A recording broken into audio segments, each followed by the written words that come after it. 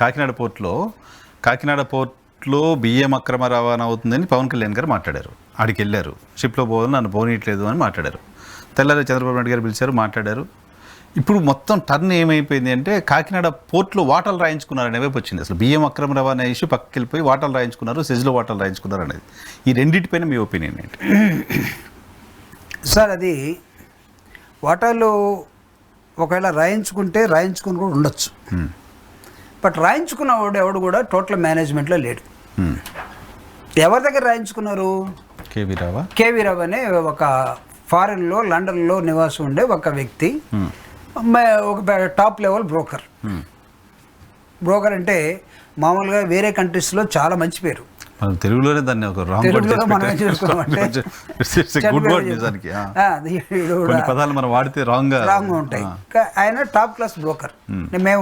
నేను డిఫెన్స్లో పనిచేశాను కాబట్టి మా మిషనరీ ఇటలీ నుంచి, ఫ్రాన్స్ నుంచి, జర్మనీ నుంచి, రష్యా నుంచి మా దగ్గరికి వచ్చేటప్పుడు ఆ మిషనరీ ఇండస్ట్రీ, ఆ కంపెనీ, ప్రొడక్షన్ కంపెనీ నుంచి ఎలా వాటి స్పెసిఫికేషన్స్ ఇవన్నీ తీసుకునేటప్పుడు, లేకపోతే మాకు ఒక మిషనరీ కావాలనుకున్నప్పుడు మధ్యలో డిఫెన్స్ సంబంధించి మధ్య వ్యక్తి ఉంటాడు, మీడియేటర్. వాడిని బ్రోకర్ అంటారు. డిఫెన్స్ లాంగ్వేజ్ లో బ్రోకరేజ్ చాలా గౌరవప్రదమైన. అవును, ఇప్పుడు స్టాక్ లో కూడా స్టాక్ బ్రోకర్స్ అనే వాళ్ళు, స్టాక్ బ్రోకర్స్ కి మనం దాన్ని పెద్దగా పెట్టుకోం, మంచి పేరు అక్కడ. మళ్ళీ మిడిల్ మ్యాన్ వచ్చేసరికి తెలుగులోనే దాన్ని బ్రోకర్ రాసేసారు. అలాంటి బ్రోకర్ పని చేసే ఒక వ్యక్తి, ఆయనకి 59% ఉంది. మీరు అనుకుంటే అరవిందోకో వాటికి 41% ఉంది. ఎవరు ఓనర్ అవుతారు సార్? ఎవరు ఐడియా ఫైనల్గా డెసిషన్గా వస్తుంది? 50+ ఎవరుంటే వాళ్ళే కదా. దట్టు 51 అనుకుంటా. 59 అయితే 39 అవుతుంది. 39 అంతే ఉందా? వాళ్ళు 59. ఎందుకంటే నేను పేపర్లో చూశాను అది. 59% ఉన్నవాడు ఎంతకాలం అయింది అది రాయించుకొని? 3 years అయిందంట. 3-4 years అయినట్టు. 4 years పెట్టుకోండి. 4 years నుంచి ఎందుకు మాట్లాడలేదు? లాసులు రాలేదా? ఒక లాసులు వస్తే లాభాలు రాలేదా? లాభాలు వస్తే ఆ రేషియో ప్రకారమే కదా జరిగేది. అంటే ఇప్పుడు మీరు అధికారంలోకి వచ్చిన తర్వాత మీకు ఏం కావాలని, ఎప్పుడైతే పవన్ కళ్యాణ్ గారు, అంతకుముందు నాదెండ్ల మనోహర్ గారు రాష్ట్రంలో అమ్ముతున్నటువంటి రేషన్ బియ్యం అంతా కూడా ఎవరు వెళ్ళకపోకుండా, లబ్ధిదారులకు వెళ్ళకుండా మధ్య వ్యక్తులు కొని ఎవరైతే అమ్ముతున్నారో అవన్నీ కూడా త్రూ కాకినాడ పోర్ట్ అనుకున్నారు వీళ్ళు. Not only Kakinada port, all the ports which ever we are having, Krishnapatnam అన్నిటి నుంచి వెళ్తున్నాయి.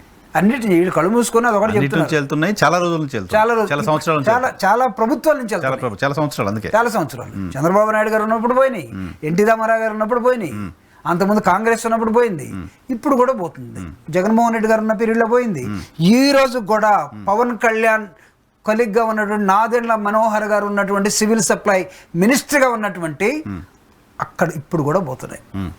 అసలు నువ్వు ఎందుకు ఇక్కడ జనాలు Telugu Desam party, Janasena party, BJP party బ్రోకర్స్గా 30% వాళ్ళు ఉండి విలేజ్ లెవెల్లో ఇప్పుడు వాళ్ళు పంచుతున్న అన్ని పోస్టుల్లో 30% కదా మీ వాటా. తెలుగుదేశం పార్టీ వాటా కొంత, 10% బీజేపీ అనుకుంటాను. వీళ్ళందరి వాటాల్లో మీ నాయకులు గ్రామాల్లో రేషన్ షాపులు ఎవరికి అప్పచెప్పారు మీరు?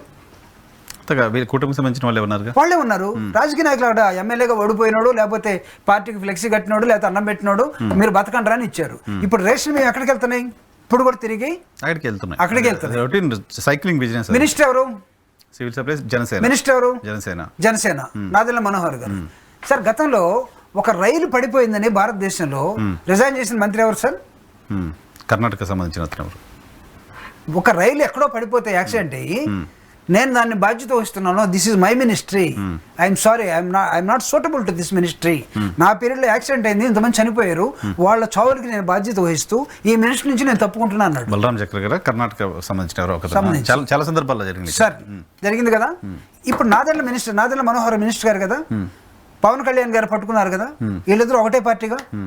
వీళ్ళిద్దరూ తేల్చుకోకుండా నువ్వు రాజీనామా చెయ్యి, అసలు దీని సంగతి నేను తెలుస్తా. ఏది ఈ షిప్ ఏంటో, కాకినాడ ఏంటో, రేషన్ బియ్యం ఎక్స్పోర్ట్ అవటం ఏంటో, ఎక్స్పోర్ట్ అయింది కొంత సీలో ఉన్నప్పుడు పోయి దాన్ని సీజ్ చేయమని చెప్పడం ఏంటో, దాని వెనకాల ఇంకో కథ. అంటే మీరు నెక్స్ట్ క్వశ్చన్ అడుగుతారేమో, ఈ అరవిందో అనేది మన విజయసాయి రెడ్డి గారికి సంబంధించింది కాబట్టి అతనికి ఏమి నోటీసులు ఇచ్చారు? లుక్అవుట్. అంటే ఏంటి సార్ లుక్అవుట్ అంటే? దేశం దాటిపోతుండేమో పట్టుకోండి. ఆయన ఎవరు సార్? ఆయన ఇప్పుడు ప్రజెంట్ ఏంటి? What is his position? Rajya Sabha MP. ఆయన మీద ఎన్ని కేసులు ఉన్నాయి? జగన్మోహన్ రెడ్డి గారి మీద ఎన్ని కేసులు ఉన్నాయో అన్ని కేసులు ఈయన మీద పెట్టున్నాయి. ఈయన కూడా వితౌట్ అండ్ సిబిఐ వాళ్ళ పర్మిషన్ లేకుండా పోలేడు. ఎక్కడికైనా పోవాలన్నా తన పిల్లల దగ్గరకు లండనో ఎక్కడికైనా పోవాలన్నా పోలేడు. ఆల్రెడీ ఆయన కేసుల వల్ల ఆయన పాస్పోర్ట్ వాళ్ళ దగ్గరే ఉంది. ఎవరి దగ్గర?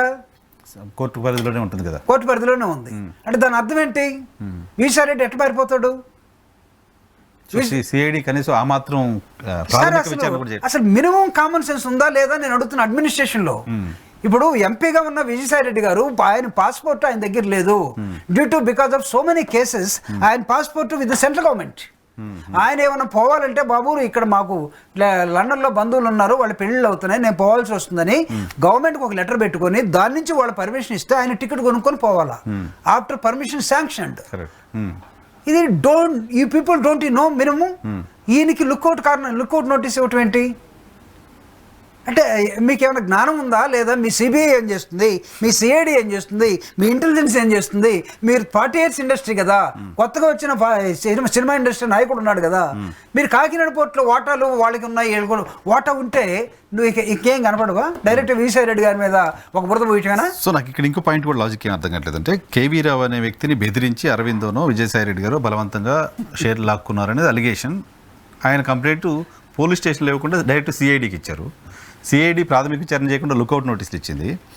ఇక్కడ బలవంతం చేస్తే బెదిరిస్తే కాకినాడ పోర్టులో వాటా ఇచ్చిన కేవీ రావు ఇంకెవరో గన్ పెడితే ఇక్కడ నుంచి ఇంకే వేరే ఏదైనా ఎక్స్పోర్ట్ చేసి ఉండొచ్చు కదా, పోర్ట్ నుంచి దిగుమతి చేసి ఉండొచ్చు కదా. ప్రమాదం కదా. ఏం చేయాలి? ఇమీడియట్ గా పోర్టును ప్రభుత్వం స్వాధీనం చేసుకోవాలి కదా. అవును. కేవీ రావు గారి పర్సనాలిటీ మీరు చూసారు సార్ ఫోటోలు ఎక్కడన్నా? ఇక్కడ చూశాను సార్ ఫోటో. ఎలా ఉంటాడు?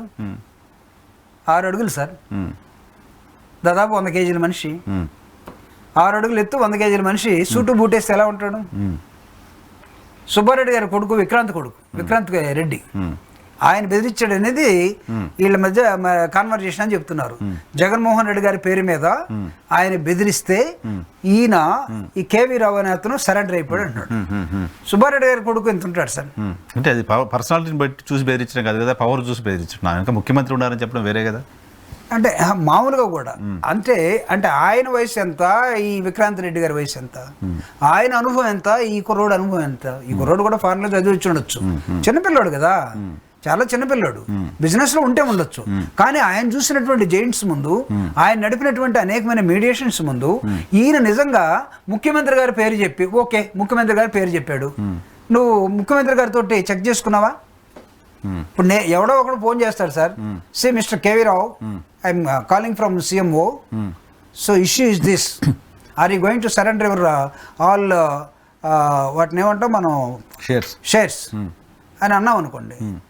ఓకే సార్, సీఎం ఆఫీస్ నుంచి వచ్చింది కాబట్టి నేను భయపడిపోయి ఇచ్చేస్తాను సార్ అంటావా? నువ్వు క్రాస్ చెక్ చేసుకో. జగన్మోహన్ రెడ్డి పాత్ర కూడా ఉంది, ఆయన కూడా ఇన్వెస్టిగేట్ చేయాలని కూడా మాట్లాడుతుంది కదా. తెలుగు ఉందో లేదో పక్కన పెడదాం, ఆయన కూడా ఇన్వాల్వ్ అయ్యారో మాట్లాడారేమో అని అనుమానం వ్యక్తం చేస్తారు. నీకు ఎట్లా క్రాస్ చెకింగ్ ఏది? అది విచారణలో వస్తుంది. ఏ విచారణ? సిఐడి విచారణ. అది ఎలా ఉంటుందంటే సిఐడిగా సిట్ వేసినట్టున్నారు. సిట్ వేసింది సివిల్ సప్లైస్ పైన. ఓకే, ఇది సిట్ వేశారు. ముందు సిఐడి అయినా సిట్ అయినా మందే కదా సార్, సిట్ స్టాండే కదా. సిట్ సిఐడి ఏమో స్టాండ్ అనుకుందాం. మనం చెప్పింది రాస్తారు కదా వాళ్ళు. సరే చేసుకోనివ్వండి. అంటే నీకు విజయసాయి రెడ్డి గారి మీద లుక్అవుట్ ఇవ్వటం it's a foolish decision. That means అసలు గవర్నెన్స్ అనేది మీరు జీరో.